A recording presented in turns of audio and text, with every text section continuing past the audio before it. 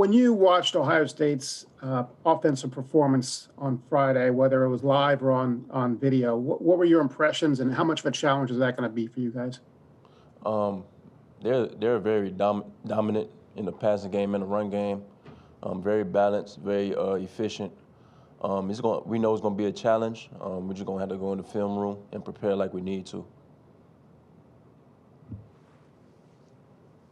Thank you. Next, we'll hear from Charlie Potter. Charlie? Yeah, hey, Pat. Just wanted to ask you about Mac and Smitty. Just how happy are you guys for them to be Heisman finalists, and what's it been like for you as a defensive player to go up against them too this year? They probably not as excited as we are, but as a team, we're very excited for them. They deserve it, a very prestigious award. You know, they worked hard for it, and we're just excited for it tomorrow. You know, whoever wins it, we're going to be happy for them. You know, just going against them guys every day, you know, it makes me better as a football player, but it also taught me, like, you know, going against guys like that, when you go on the field, it makes you 100 times better on game day. So, you know, it was a great opportunity for me, and, you know, with that individual success comes team success as well. Without the team, you know, we never would have known about those awards like that. So, you know. Great. Next, we'll hear from Nathan Baird. Nathan? Hey, Patrick, how does it help you as a defensive player to play for a team with an offense that can put up 50 or more against anybody? It's very helpful. I say our offense helps us sometimes. You know, we just go in and prepare like we need to, but knowing the offense, the type of offense we have, we're not anxious or very upright at all, knowing what they could do and what they're capable of. Next, Dennis Dodd. Dennis? Hey, Patrick, where's this team at if Najee turns pro last year? Say it again. Where is this team at if Najee decides to turn pro last year instead of coming back? Oh, you know, we was when he came back, we were all very, very excited. You know, he's a very good player. But if he wasn't here, you know, we had to look to the drawing board, and I'm pretty sure whoever steps in will do great as well. So.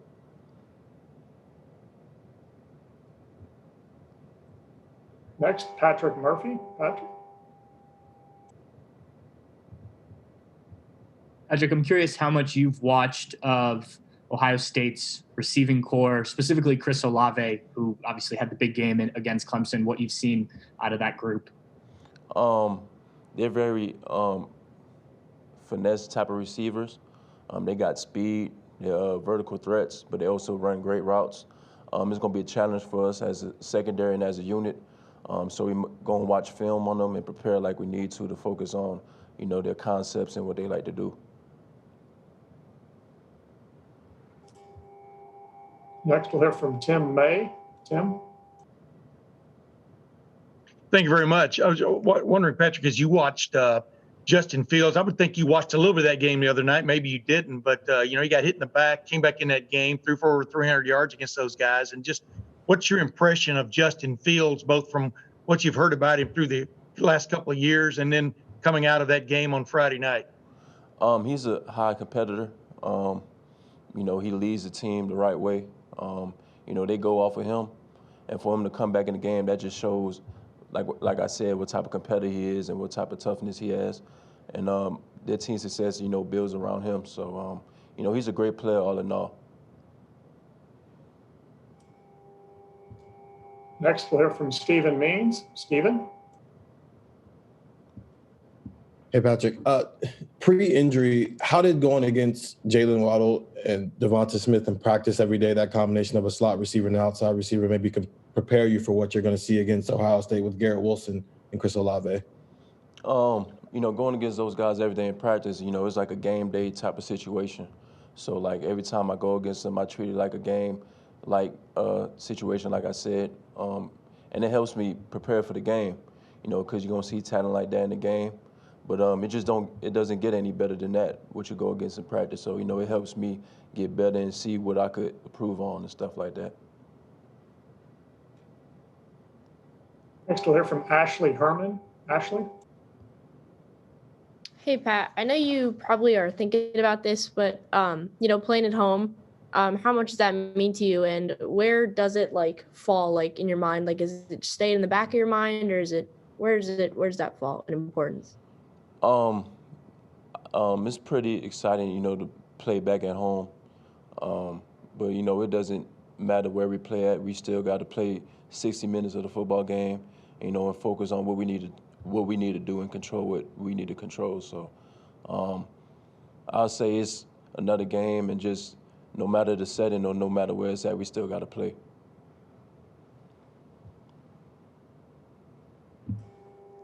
Next, we'll hear from Dan Hope. Dan? Hey, Patrick, you guys have had a couple games against Ole Miss and Florida where your defense gave up a lot of points. Just what do you think went wrong for your defense in those games, and does that concern you at all going to play an offense like Ohio State? Going to those games, I felt like we wasn't as communicative as we needed to be. We wasn't flying around. We gave up big plays due to mental errors and stuff like that. Things that we can improve on in the film room and in practice. And, we just focus on and control on what we need to do to improve each week. So looking forward to this game, nothing's changed. We just got to, focus and prepare the right way. Thank you. Next is Bill Rabinowitz. Bill? Yes, I already asked my question, but I will ask another one. What stands out to you the most about Justin Fields? His arm. He's got a tremendous arm. He's very accurate as well.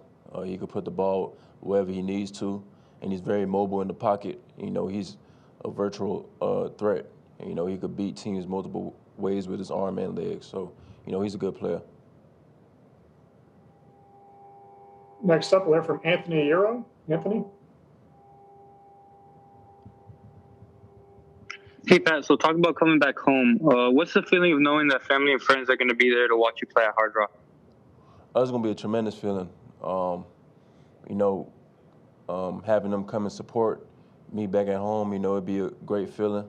I just got to show out and make them happy, make them proud, Yeah, and one more question for you. How does it feel, to give any advice to anybody from South Florida to be in the position that you are today? I just say work hard, and South Florida, there's talent everywhere. So your name will get called, and you will be on a bright stage like this. So just keep working and keep striving to perfection. And our final question for today is from Steve Mouton. Steve? A lot of questions about the secondary heading into the season, and certainly you've elevated your game. There's no doubt about that. But I'm curious to get your thoughts on Brian Branch and really what you've seen development-wise out of him. Brian, he grew each week, and he's gotten better. He's more confident out there. He's not a freshman anymore. Going into the season like this, he's a sophomore, a vet, and he's playing like it too. The more and more you see each week of him, he gains more confidence, and you can see it in his play. So, the sky's the limit for him, and he's a hard worker. So you can't take that away from him. So he's gonna keep on striving for greatness.